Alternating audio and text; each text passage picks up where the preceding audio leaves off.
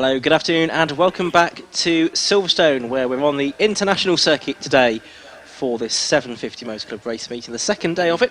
We still have 8 more races out of the 20 on the programme to come, and as you've just seen, we're going to start the afternoon's action in a few minutes with the K-Tec Racing Clio 182 Championship. Also coming up during the course of this afternoon, we'll have the ProTech Shock Sport Specials Championship. Both of those have 2 races this afternoon. We'll also see out the Royal Purple Hot Hatches and the RLM Bike Sports Championship. They both raced yesterday and this morning in the case of the bike sports, because they have a triple header. And the Demon Tweaks Yokohama Classic Stock Hatches we've already seen today, as we have the Welsh Sports and Saloon Cars. So that's our 8 races coming up between now and around about 5:45 this evening. That's when we are due to finish. My name's Ian Simon, up here in the main commentary box here at Silverstone, and I'll be joined on commentary throughout the afternoon by Marcus Pye, as I have been all weekend. We'll hear from Josh Barrett doing sterling work in the pit lane, grabbing the podium interviews after all of the races with the successful drivers.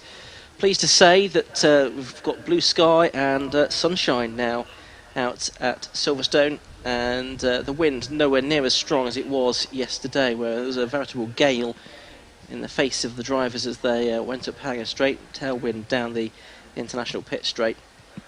But conditions still breezy, but much more clement today here on the 1.85 mile international circuit. You can see there the Silverstone wing. About 8 or 9 years ago that was built now, and the pit lane for the Grand Prix moved down to the southern end of the Silverstone campus, and it's the southern half of the Grand Prix circuit that is utilised for this international layout. So the cars head from the start and finish line down towards Abbey, now a right-hander these days of course, and then through there they go through the left-handed farm curve onto the right-handed hairpin at Village, and then there's a bit of a dip as they head through the link and back onto the full Grand Prix circuit, effectively at Chapel Curve, via what's known as the link, and then onto the Hanger Straight. Long, fast straight, lots of slipstreaming potential. We've seen that used to good effect during the course of this weekend. Then onto the right-hander at Stowe, dropping gently downhill towards the Vale, which in this guise is quite a tight and tricky left and right complex before they head to the right-hander at Club Corner to end the 1.85 mile lap of the Silverstone International Circuit. This the second visit of the season by the 750 Motor Club to Silverstone. We were here on the national circuit earlier in the season in May, and we'll be back here again in October for the 6-hour relay race, which takes place on the full Grand Prix circuit, the Burkitt 6-hour relay race, one of the great institutions of the British club racing calendar, and I'm expecting that we'll once again see a full 70 teams or very close to it, an eclectic mix of machinery, everything from radicals to some pretty humble tin tops we see these days.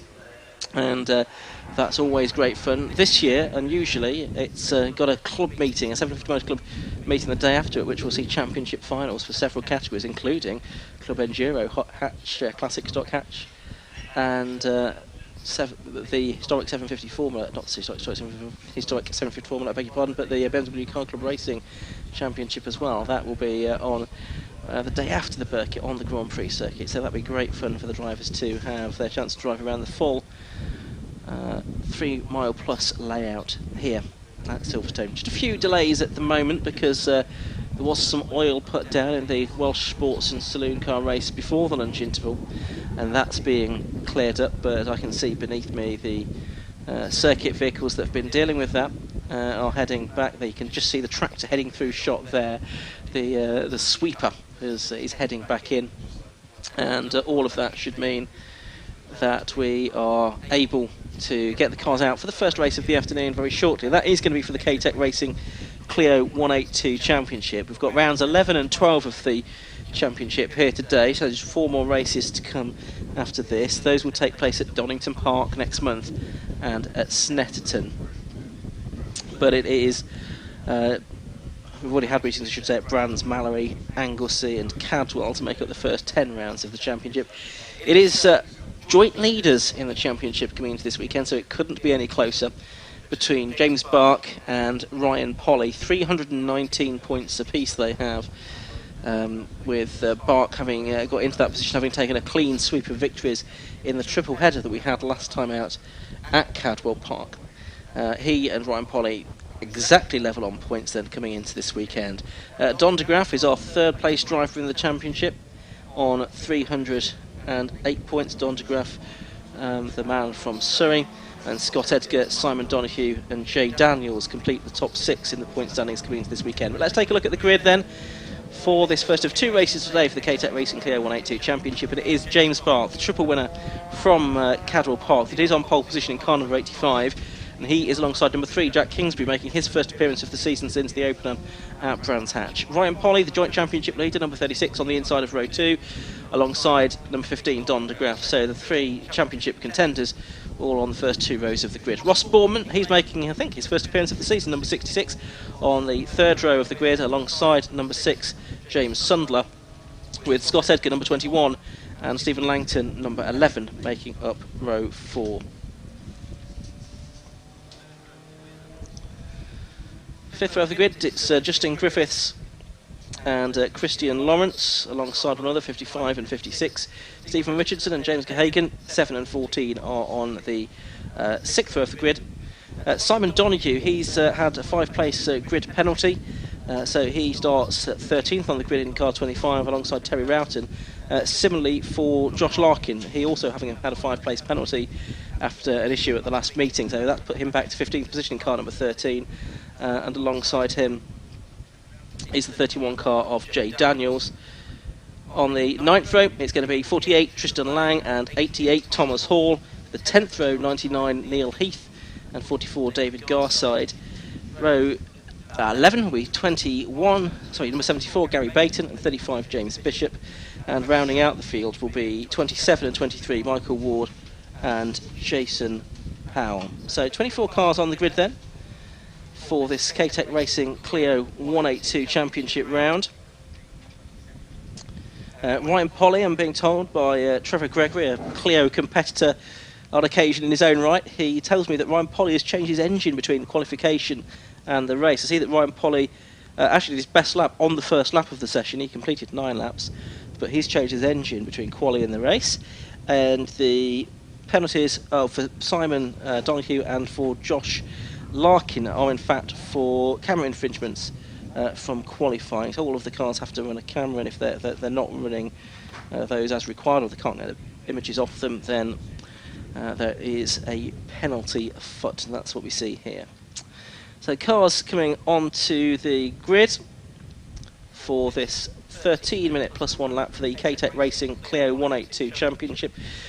Really is a tremendously affordable way of going circuit racing. The costs are very closely controlled, the regulations very controlled indeed. Pretty standard cars, these pretty evenly matched. We've seen at Brands Hatch the whole field circulating within a second of one another. Quite stunning. And it does appeal to both experienced drivers like James Bark, who's been champion before in 2015, and brand newcomers as well. So we get a healthy range of new drivers into the championship as well. The race gets underway, or is about to get underway. It does so now, and we've got the field heading down towards us then from pole position. It's a good start by James Bark, but it's Jack Kingsbury in the dark grey car on the inside line trying to go alongside him. Don de Graaf is there in 3rd place. Ryan Polly level pegging for 4th with the pink car, or the partly pink car of Ross Bourman, number 66. Down towards us they come, and it's the silver car in the lead then of James Bark, triple winner at Cadwell last time out, level pegging on 319 points in the championship with Ryan Polly, with Kingsbury 2nd and Polly going back to 3rd there at the expense of de Graaf. Then you've got Bourman 66 and Scott Edgar number 21 disputing 5th position as well as they come on to the Hanger Straight for the first time. So you've got a queue developing behind James Bark. You've got another one developing behind Scott Edgar on the left-hand side of your picture. Behind him is the 24 car of James Sundler, for example. Also the number 11 of Stephen Langton as well, as they turn their way through Stowe Corner for the first time. It's James Bark that has the lead of the race, but Jack Kingsbury, on his first appearance in a few months, is there in 2nd place. Yeah, Kingsbury was impressive when he first came out 2 or 3 seasons ago, wasn't he? He was certainly quick and competitive from the off, but it's Bark who has that record, unbeaten record on this track, I understand. Yeah, the last 4 races for this championship in 2015 and 2016, all won by James Bark, so no one has yet beaten him on this 1.85 mile international circuit. Quite a reputation to protect, and Bark, Kingsbury, Polly and De Graaf are the top 4, just 0.6 of a second splitting the top 3. Polly with that fresh engine. This looks tight through inside of Abbey Corner, now up towards Village, hard on the brakes, down the gearbox, flick the car to the right, mustn't impede your exit speed, very important.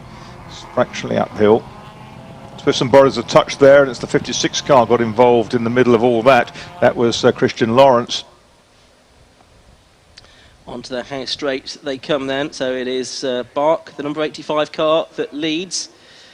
This car's snaking around behind him, behind Ross Borman there, who's in 6th position. Oh, and problems there for number 35. That's James Bishop from High Wycombe with a wheel askew on the car, so whether that's a failure or was the result of a bit of contact, not quite sure. There's Stephen Langton in the number 11 car. He's going pretty well actually, up in 8th place, a bit higher than we normally see him. Just trying to see. Yeah, he's outside the top 10 in the championship coming into this weekend. Let's look at this side by side for the lead of the race through the Vale and towards Club Corner. Bark is driving a wide Clio there, and he'll keep Ryan Polly at bay. Ryan, the grandson of the great short oval racer George Polly. But look at this, wing mirror to wing mirror as they come down the international pit straight now. Jack Kingsbury right in behind them as well, and who sweeps ahead with his Polly trying to go around the outside of Bark there.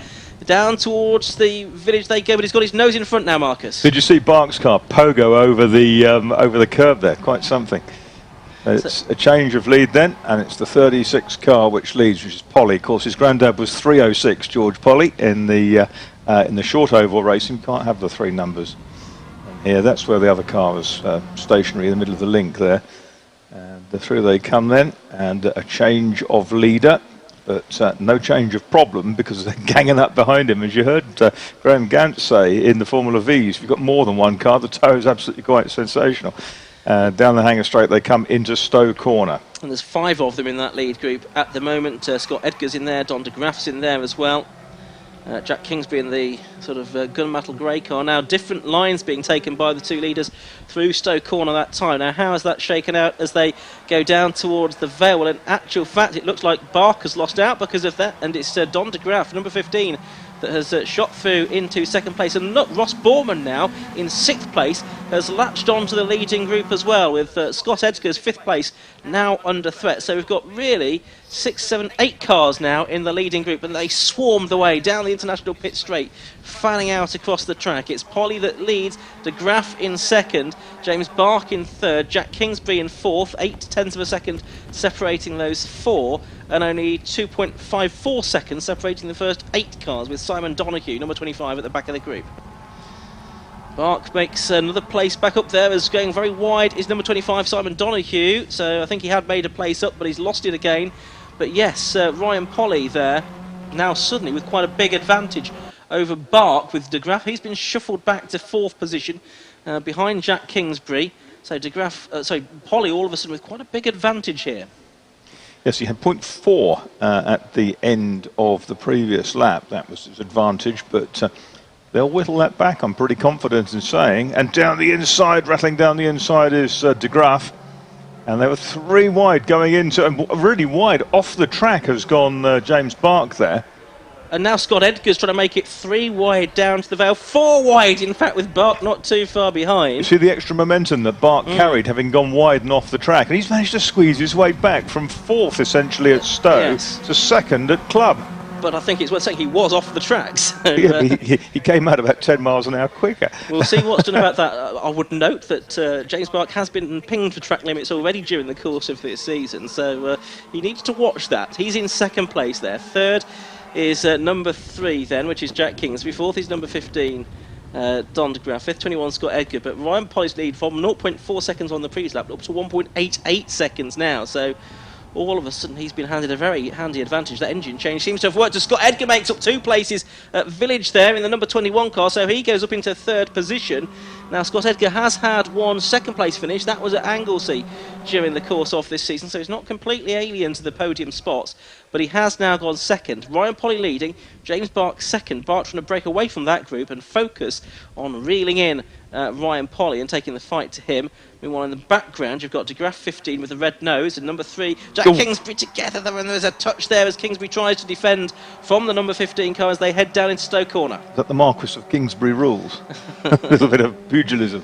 The two cars touch, but just nothing more we regularly see in one make racing. It's so close, and it was barely a scuff, but they're all still running hard in that lead pack. It's Ryan Polly defending that 1.88 second lead at the end of the previous lap, and well, it's come down to 1.48 as James Bark has whittled him back a tad, but behind them still it's mayhem with Scott Edgar now in third place. Yeah, it's worth saying we've got Josh Larkin up into the top 10 after his penalty dropped him way back on the grid. I think that dropped him down to 19th or something. So he's actually got back to 10th place. Josh Larkin, the number 13 car, drove a very defensive race in the first of the 3 races. That Cadwell Pot had most of the field behind him. Oh look, Kel Surprise, a warning for number 85 James Bark for exceeding track limits. Yes, I think we kind of anticipated that really well. Down to down the hanger straight towards Stowe Corner they come. What line will James Bark utilise this time? We might not get to see because we're watching 3rd and 4th go side by side. Kingsbury on the inside of Edgar, and he goes through into 3rd position. So he's 3rd. De Graaf there in 5th. Who's 6th at the moment? I think it might be Ross Borman in the 66 car that's there. So a good fight going on between these two for 3rd place. Then it is just, yes, it's Borman in the 66. Oh, there's a bang. 25 and 24 came together, the sort of teammates. Yes, that's not what is supposed to happen, is it? We've got one off in the gravel, we've got one stationary on the edge of the circuit. The one that stopped is 24, James Sundler. He's not going to get out of that, I don't think. We've not seen too many cars in that gravel trap today. Here's a replay of that, though. So initially we see those two cars coming through, but here in the background we see what's going on. We're slowing it down, so it's the 25 car of Donoghue on the inside and just into the side. It arrived locked up. I mean, there was no steering involved in that because there was nothing available, and it's broken the front end. Yeah, it has, hasn't it? Yeah. So he's going no further. Neither of those two cars are. Dispatched the 25 into the gravel. Well, that's unfortunate. Let's see if we can get them I wonder out what the team manager is going to say. Grid for race 2, by the way, is set by the fastest lap times for race 1, and at the moment it's Bark with a 120.60 that's got the best lap, which is exactly the same as the lap record set by Patrick Fletcher here. He's been a 3-time champion. Bark down the inside here. Stowe Corner is still alongside Polly. No quarter is being asked or given by either driver here. Down towards the left-hander at the Vale. It's yellow flags, of course, there. For very obvious reasons, and it is Polly that is ahead, of course, so Bark has to tuck back in behind him. 4 minutes of this race to go. I suspect those yellow flags might be out at that corner for a lap or two longer. So it's Polly leading by half a second as they cross the line to complete lap 7. Bark in 2nd, Kingsbury is 3rd, Edgar is 4th, Don de Graaf 5th, Ross Borman, number 66, is in 6th position as the leaders head through Farm Curve down towards the village hairpin for the 8th time, and not quite as close as they were a lap ago, but yes, a 120.60, the fastest lap of the race for James Bark. Patrick Fletcher, who was a long-time rival of James Bark, 2015 and 2016, 1 year they actually finished level on points at the end of the championship, but they won a title apiece in those 2 seasons. Fletcher also winning in 17 and 18. For 4th and 5th, you've got Edgar and De Graaf at it. Edgar in the blue and orange car is ahead at the moment, but now he comes out of the slipstream, does the Don de Graaf car, and again it looks like James Bark's going to use that wide line into Stowe Corner, doesn't it? That looks like what he's lining himself up to do. De Graaf there in 5th place still, behind Scott Edgar. Still the same order as they go into the yellow flag zone, Marcus. Yeah, exactly, and that's should be treated with the utmost respect through there. They know where the cars are. They also can see, which we can't, where the big JCB is, which was the safety vehicle involved in removing the car of Donoghue that was in the middle of the track. But they come through and they're pretty much nose to tail now. There's a discussion now between the two drivers, Sundler and Donoghue, Yes, Donahue on the right there. Neither of them look particularly happy. Smiler on candid camera.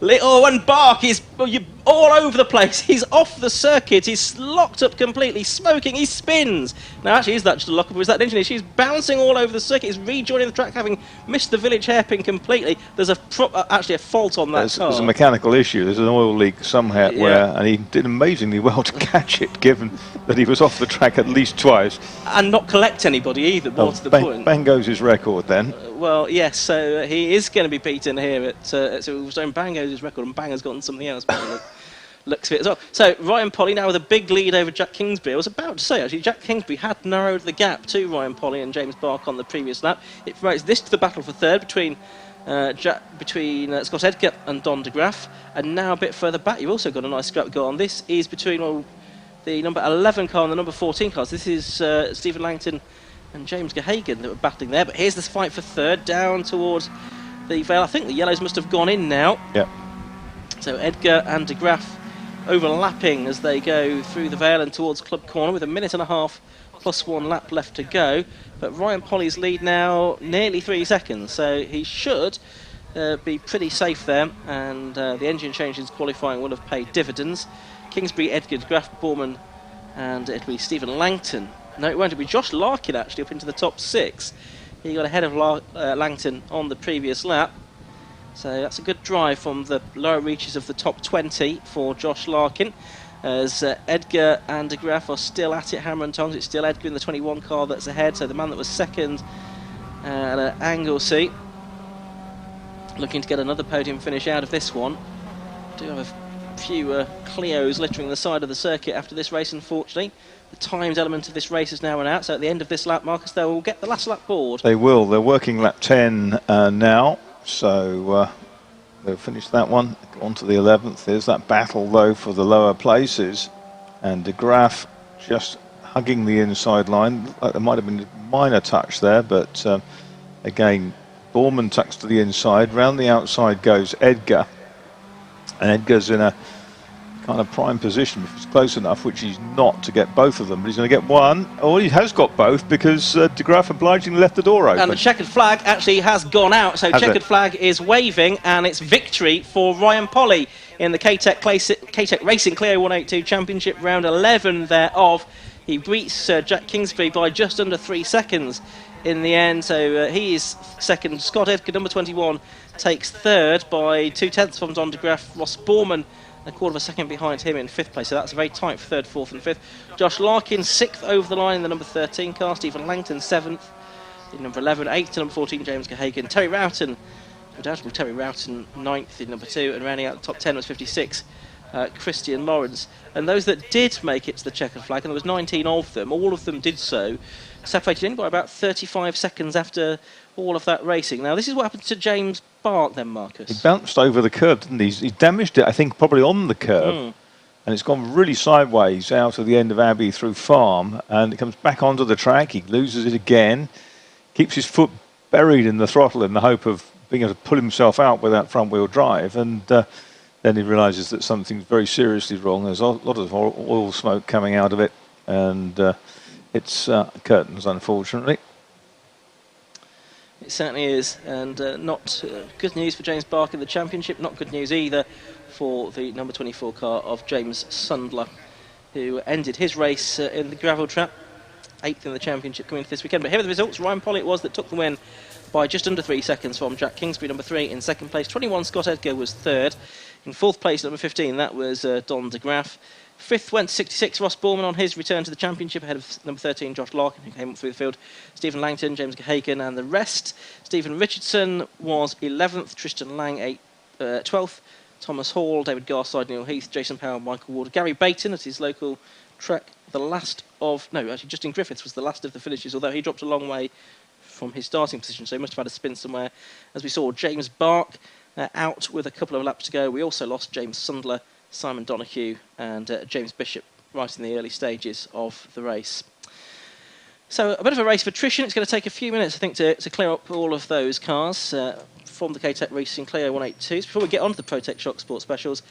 But shall we head down now to the pit lane, and we'll hear for the first time this afternoon from Josh Barrett. Thanks, Ian. Race winner Ryan Polly getting out of the car. You can see the dent in the side of the door after the contact he had with James Bark up there at Stowe Corner. But Ryan came out on top. He held off. Let's have a chat with... Well done, Ryan. Race win there. It was hard fought. He managed to keep James off and then he forced him into a mistake, I guess. Yeah, it was brilliant. I mean, we changed an engine after qualifying. Thank you to everyone for that. And yeah, when the only way people can get past you is by driving into you, it just makes it all the better when you beat them. And you drove right round the outside of him at Abbey to get the lead. A fantastic move. Yeah, I'm amazed I pulled that off. I'm also amazed I stayed on the track after he kept driving into me. And James didn't finish. Don not on the podium, so that's very good for the championship. Yeah, it's mega. It just makes up for Cadwell. Well done, Ryan. Thank you. And in second place was Jack Kingsbury. Jack returning to the series. Jack returning to the Clios and straight back onto the podium. Yeah, no, it's been great. It was a very challenging race and probably one of my favourites. There was a lot of battling up there, and obviously all the top runners are still bloody battling hard for the championship. But I'm happy with second. Big slipstream effects down the back straights. You sort of have to position your car cleverly. Oh, majorly. There's so much room for overtaking out there. I think on just one lap there was I went forward and back between 3 of us, and it's crazy. Pleased to be back on the circuit. Yeah, love it. Yeah, brilliant. Well done and good luck for later. Third place was Scott. Scott back onto the podium. Pleased with that? Yeah, really good. The last lap was a bit crazy, but yeah, managed to hold on to it, so I'm really pleased. And battling up there this year consistently with these really quick guys, so you're having a really good year. Yeah, we've made a real step forward this year, so yeah, that's good. In the JG Racing colours for this season, is that helping you out when running with a team, do you think? Oh, massively, being able to share data and look at each other's times and stuff, yeah, it's good. Now, do you think you can get that win before the end of the year? Hope so, yeah, definitely. Good luck with that, well done. So that was our third place driver, Scott Edgar. Second was Jack Kingsbury. Ryan Polly taking the win. As Ian said, it's Sports Specials next, and let's have a look what that championship is all about.